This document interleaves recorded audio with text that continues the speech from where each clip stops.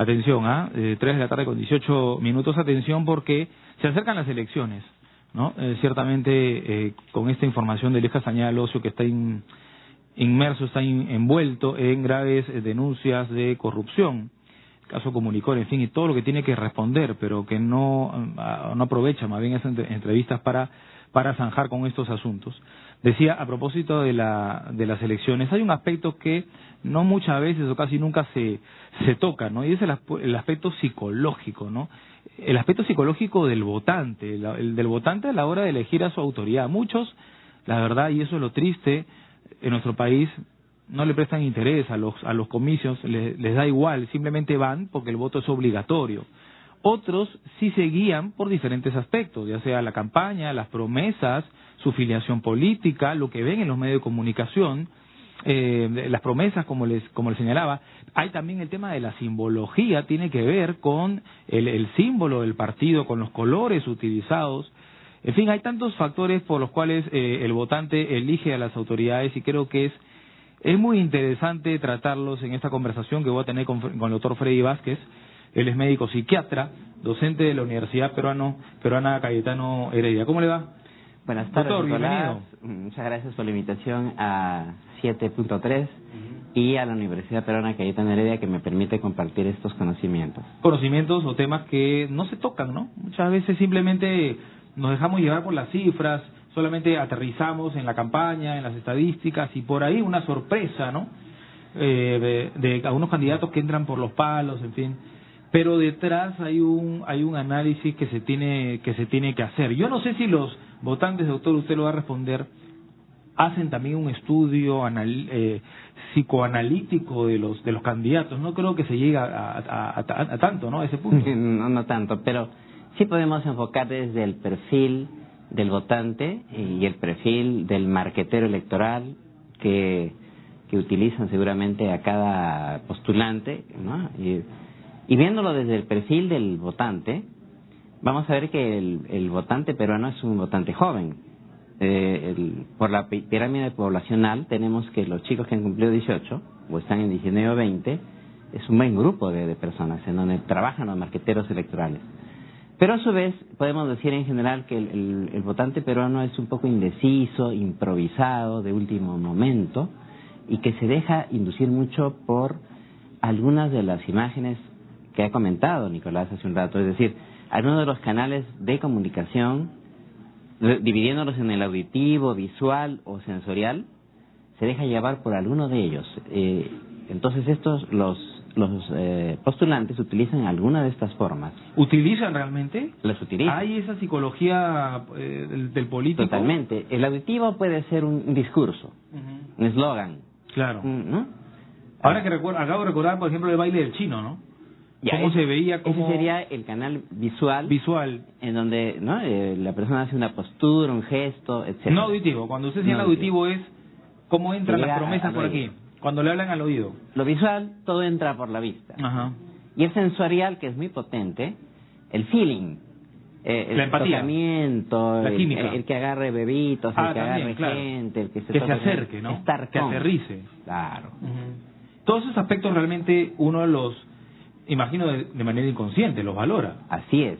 Y eso es lo que aprovechan precisamente los que están detrás del marketing electoral, para ver lo que es identificación, posicionamiento, que el candidato está cerca del votante, ¿no? Que pertenece al mismo partido, de futbolístico, por ejemplo, ¿no? O utiliza el mismo reloj, o la misma vestimenta, y de alguna manera capte, ya sea consciente o inconscientemente, que sea el lenguaje subliminal. Subliminal también. ¿No? Como para que el votante se decida en último momento. Varios aspectos que abordar, ¿no? Ahora, imagino que habrán algunos electores, como lo señalaba, que no les interesa. Pero ahí está, y no saben, en las encuestas, ¿no? No saben, no contestan, en fin. Mucha gente que simplemente no quiere participar. Imagino que hay una psicología también para estos votantes, ¿no? Claro, para captar a ellos. Muchos de ellos a veces se deciden, y ahora se está decidiendo a través de los mensajes de las redes sociales. Claro. Ya sea por Twitter, o por WhatsApp, o se animan entre ellos a ir a votar por determinado, porque pues se pasan memes, Claro. O se utilizan esa clase de Claro, la campaña presidencial del 2011, por ejemplo, ¿cómo es que cala la campaña de Pedro Pablo Kuczynski, ¿no? Dirigida a los jóvenes utilizando herramientas modernas como las redes sociales, de pronto el CUI, los colores, y también imagino cuando uno va viendo que alrededor se suman, ¿no? Se suman adeptos, ¿no? Uno también medio que se anima, ¿eso puede ser?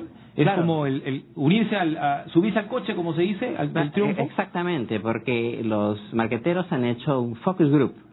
Han pasado gente para ver si este animalito, este símbolo, cala en la mente de la persona. Y entonces, a veces lo es. Y va en la parte emocional antes que la racional. Por eso es que a veces muchos votantes no les interesa el discurso del postulante, sino más bien lo que transmite, la Correcto. idea, mejor dicho, la imagen que transmite, o en este caso el feeling que transmite, ¿no? Claro, en ese sentido la campaña de Siguiendo con PPK era que se le buscaba humanizar, o en todo caso no ser visto como elitista, alejado, ¿no? Como un candidato de los ricos, como se dice. Y ahí por la campaña en el Callao ocurrió un hecho curioso, ¿no? Cuando una mujer lo tocó en las zonas íntimas, ¿no? Y a partir de ahí es como que salta su campaña. Claro, esto es sensorial, ¿no? Es sensorial. Tocar. A partir de ahí la gente dice, vamos a ver, y empieza a verlo un poco más. Le toma detenimiento. Empieza a tener más, detenerse y empezar a decidir, a veces de último minuto, sin saber exactamente cuál es la propuesta, ¿no? Decía, es como comprar una tarjeta de crédito sin haber leído todo el contrato. O sea, lo que jala es la tarjetita. El llamativo. Al final veré qué es lo que dice, que sería donde está la médula de lo que está escrito, ¿no? Antes de iniciar la entrevista, informábamos sobre Luis Castañeda Locio. Vamos a ir primero con el Castañeda Locio porque es uno de los que tiene una serie de denuncias, ¿no? Y también, por cierto, aquí nos hemos acostumbrado al que robe pero que haga obra, ¿no? No me estoy expresando directamente de Castañeda, sino en general. Pero claro, Castañeda tiene una serie de denuncias.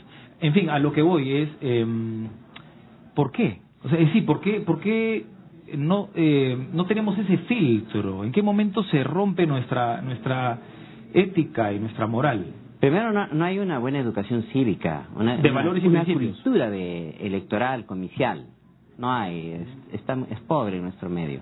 Hay improvisación, hay ser de último minuto, de decidirse a último minuto. Y luego, a veces no interesa la hoja de vida. Felizmente que ahora hay un mejor filtro, porque yo creo que había varios personajes que tenían antecedentes policiales y todo lo demás, ¿no? Entonces, a veces no interesa eso, sino lo que ha transmitido, como decíamos hace un rato. ¿Por qué? ¿Por qué no interesa eso? Porque llega es un sujeto de estudio, doctor. Claro. Sobrepasa la corteza cerebral, el cerebro. Ese filtro. Procesa, claro. Entonces, al no procesar va a un sistema más primitivo llamado sistema límbico, que llega como una cosa mucho más arcaica, y entonces, por eso decido. Más emocional, digamos. Exactamente. Y no lo racional. No hay razonamiento. No hay razonamiento. Y después vienen los arrepentimientos cuando ya es tarde. ¿Pero eso solamente es para la elección o este ciudadano, la verdad es que no distingue entre el bien y el mal? No, sí puede distinguir, sino que esto es solo para efectos. Solamente para efectos. Efectos, en este caso, electorales, ¿no? Hay la idea también de que la clase política igual, digamos, así tenga estos anticuchos, igual se salva, ¿no? Exactamente. Entonces, bueno, que haga obra, pues, ¿no? Igual no va a pasar nada, va a estar ahí, ¿no? Exactamente, esa es una cosa que arrastramos de atrás, ¿no? Sí, pues es un lema, no importa que haga eso, pero la cosa es que lo elegimos, ¿no? Y lo elegimos porque somos ganadores. El que elige siempre quiere ser ganador, aun cuando se entere que está su elector no va bien, pero puede cambiar incluso en un minuto. Si le dicen, si alguien le dice y eso se ha aprobado, fíjate, tal postulante va ganando, ¿no? La mesa ya se ha cerrado, entonces va y vota por el que está en primer lugar.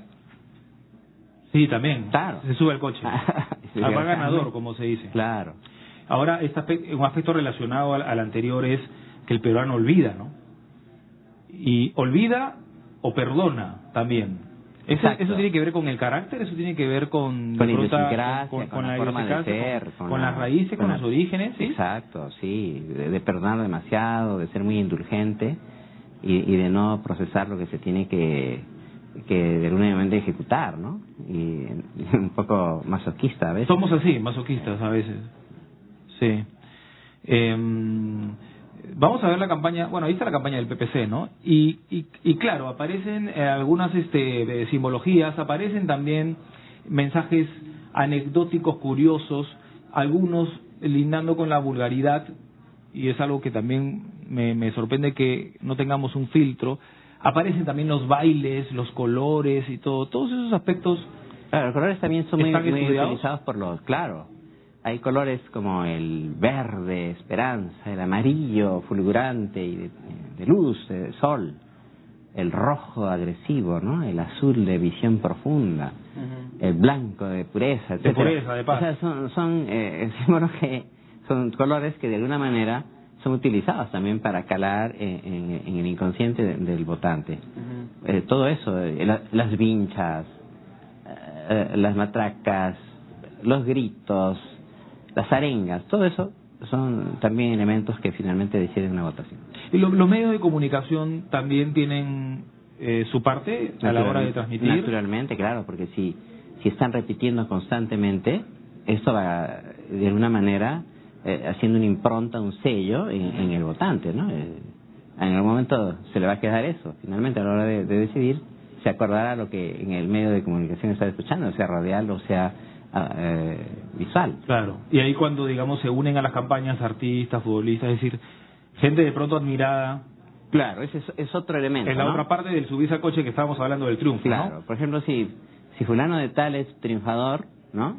O ha sido campeón. Y decides porque debe ser una persona claro. inteligente, ¿no? Entonces y preparada, lo lleva entonces para la campaña y entonces, ¿por qué? Porque está al lado del postulante. Entonces el votante dice, caramba, lo asocia con triunfo, con éxito, ¿no? Lo aparea con esto y entonces va y decide, ¿no? Lo relaciona, ¿no? Exacto, para asociación de ideas.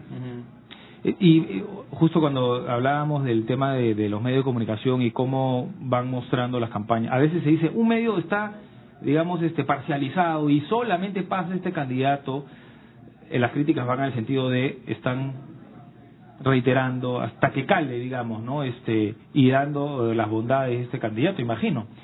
Pero también recordaba que en la época de Fujimori cómo se transmitían los mítines y de qué manera distinta se difundían las imágenes, ¿no? A veces con tomas más cerradas que parecía que había mucha gente, otras con tomas más abiertas que lo que querían demostrar más bien es que no era así. Eso también por supuesto, llega, ¿no? El canal visual, ¿no? Que claro. si vas a una imagen en donde parece que vieras muchísima gente, pues eso impresiona.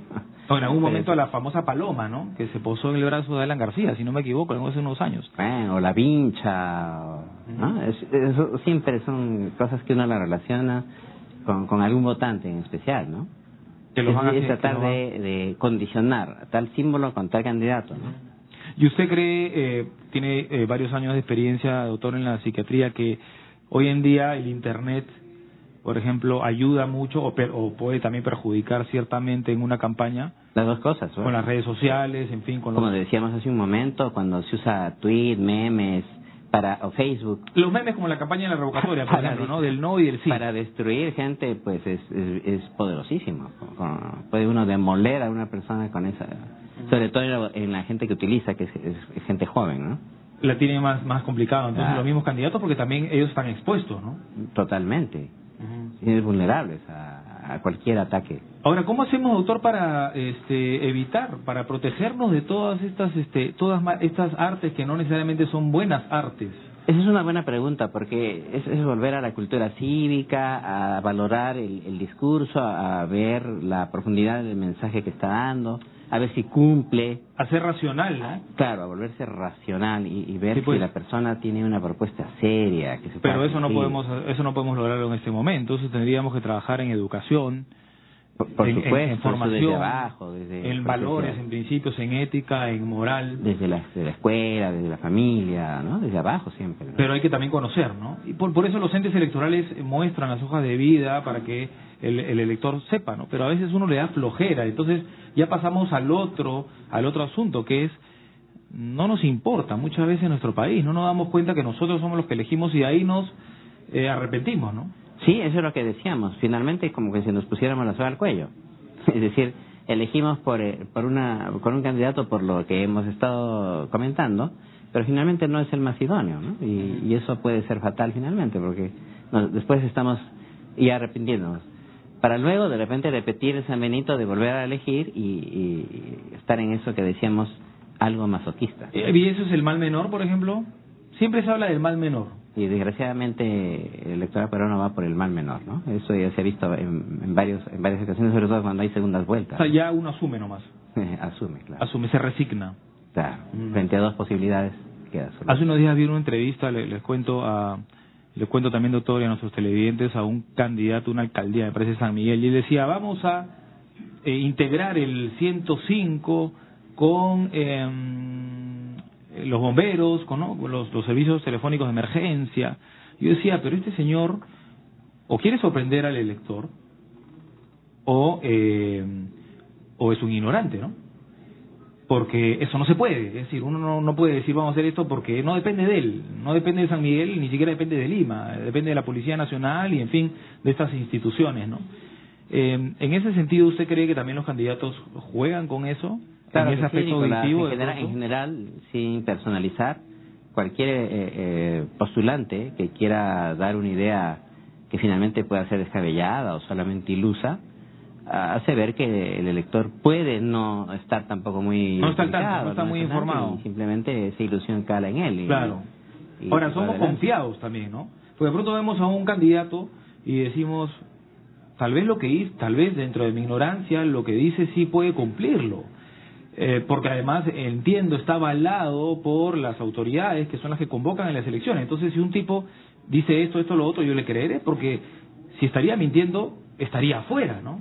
Ese es el por su partido denunciado, eso sería lo lógico, digamos. Ese es el juego de expectativa, lo que espera el elector, pero que desgraciadamente no se cumple, ¿no?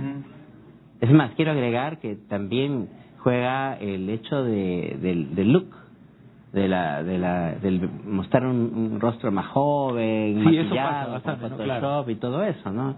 También eso influye en las fotos, ¿no? Hemos visto fotos de candidatos photoshopeados, ¿no? Claro. Y sin embargo en las actividades diarias no se les ve. Exacto. Entonces, pero eso también influye en el elector, ¿no? En la idea del éxito de pronto, ¿no? Algunos políticos que se pintan el pelo también. Exacto. Esto es más que una cuestión ya estética y de narcisismo, digamos. Es también cómo se quieren ver. Proyección de la imagen para que el elector los elija, ¿no? No hemos tocado la campaña publicitaria, pero va de la mano con todo lo que hemos conversado, finalmente, ¿no? Pues es decir, lo que se ve en la televisión es un poco lo que uno quiere proyectar. Es como un producto comercial. Entonces el marquetero político sabe de marketing comercial y entonces proyecta imágenes como para vender su producto. Y entonces puede ser a través de imágenes directas o además el lenguaje subliminal, como que decíamos, ¿no? Claro. Ahora bien, y ya para finalizar, es interesante hablar sobre las emociones, ¿no? Las emociones que hay, ya no solamente en la campaña, sino al momento de votar. ¿Estas cambian? ¿Son similares? ¿Uno va con una disposición y puede de pronto en el momento de entrar a la cabina cambiar? Pueden cambiar. Hay gente que puede irse indignada por haberse enterado algo y en el momento tarja y claro. no elige por nadie, sí. O decide por otro candidato que no fue el que inicialmente había propuesto. ¿Y hay emociones, digamos, eso se ha llegado a estudiar? ¿Hay emociones o uno va muy fresco, muy tranquilo a votar? No, sí hay emociones. Sí hay. Puede haber ira. Uno realmente, hay gente que asume, seguramente es que tiene una responsabilidad, otros no. Otros cierto compromiso con el partido determinado, a veces el sentimiento encontrado, o sea, puede ser personero pero se va y vota por el opositor, por ejemplo, ¿no? Todo eso existe, ¿no? Y ahora sí, por último, los candidatos, ya que estamos hablando de Castañeda, hoy en día en Lima, por ejemplo, la figura está así, ¿no? Con un Castañeda muy con mucha ventaja, ¿no? Y con otros muy abajo. Entonces dicen, no, ya la tiene fácil, aunque claro, ahora que ha tenido que salir públicamente, de pronto se expone también. ¿Esa estrategia usted de alguna manera la ha analizado, esa estrategia de no querer salir porque mejor no mostrarme por redes sociales como que estoy trabajando. Todas esas cositas. Es posible que siempre, sin personalizar, Nicolás, Sí. Los candidatos tienen sus estrategias porque están aconsejados por los marqueteros políticos para salir en el momento oportuno o en el momento que deben hacerlo. Y con toda seguridad que cada uno sigue una estrategia y los estrategas son como los DT, los coach, Claro. que están y le dicen haz esto, haz lo otro. Y uno no se da cuenta, ¿no? Así es. Que se la están vendiendo, como se dice. Exactamente. ¿No? Bueno, doctor, ha sido sumamente interesante, ¿no? Esta conversación y en realidad nada, solamente la reflexión sería hay que informarnos más, pues, ¿no? Exacto. Y tener No nos guiemos voto por de estos conciencia. aspectos físicos, estéticos, por mucho floro, como se dice, ¿no? Por las campañas, porque claro, porque ahí también vamos al otro aspecto de el financiamiento, ¿no? ¿Dónde están? ¿Por qué los recursos? Se piensa que hay que tener, si uno tiene más dinero, pues la consigue de todas maneras, pero hay otros aspectos que no necesariamente Esas cosas deben estar bien claras. influyen, Si ¿no? queremos dar un mensaje sería ese, ¿no? Que estemos bien al tanto de cuál es el perfil real de porque quién vamos a votar y de dónde financia su campaña y la limpieza con la que lo hace. Sí, eso es importante, Nicolás. Oiga, se me escapaba una pregunta muy muy importante. Ahora que se habla de que ciertas personas que han tenido una condena, que han tenido una sentencia por delitos graves, no deberían de participar en la política. Absolutamente. Psicológica y psiquiátricamente hablando, un terrorista, un corrupto, un delincuente, un violador, puede reinsertarse. ¿Usted qué piensa? Podrá ¿Puede reinsertarse, participar? pero podría reinsertarse cuando pague su condena o cuando siga un tratamiento o cuando haga lo que tiene que hacer en la manera como debe pagar a la sociedad. Pero actualmente, si se le encuentra algo, transversalmente como se ha hecho, debe Claro. ser retirado simplemente. Pero lo que se quiere es que no participen, en fin, porque lógicamente si van a manejar un presupuesto y todo, alguien acusado de corrupción, ¿no? Podría volver a pecar, como se dice, ¿no? Eso, en los países extranjeros simplemente se anuló para toda la vida. Y así nosotros deberíamos ser igual, y no debería haber indulgencia. Entonces no solamente hay que buscar la información sobre los logros personales y la capacidad y las promesas, sino también ir más allá de pronto. Exacto. Si es que han habido casos de conductas Delictivas. condenables y criticables. Así es. Criminales a veces y que a veces nosotros desconocemos, pero como ahora todo por los medios de comunicación se puede saber. De repente ya que está acá, de repente podría hacerse un examen psicotécnico a los candidatos, ¿no? Psiquiátricos. Eso se pide muchas veces. Se ha pedido. Y nosotros hemos apoyado esa situación para evitar que hay personas que salen con cosas ¿Es necesario, cree usted que es necesario? descabelladas o a veces sabemos que consumen sustancias o son adictos a también, drogas esos tipos de exámenes, etcétera, ¿no? Qué interesante, ¿no? De repente, ahora que estamos hablando de reformas y que se habla de la ley de descentralización y de partidos políticos y elecciones, de pronto se pueda... Y de transparencia. Y de transparencia, ¿no? Agregar eso. Doctor, muchas gracias, muy amable. Nicolás. El doctor Freddy Vázquez, médico psiquiatra de la Universidad Peruana Cayetano Heredia, hablando de la psicología del votante, la hay. Por supuesto, también analizando la simbología que utilizan los candidatos y los partidos. Vamos a hacer una pausa.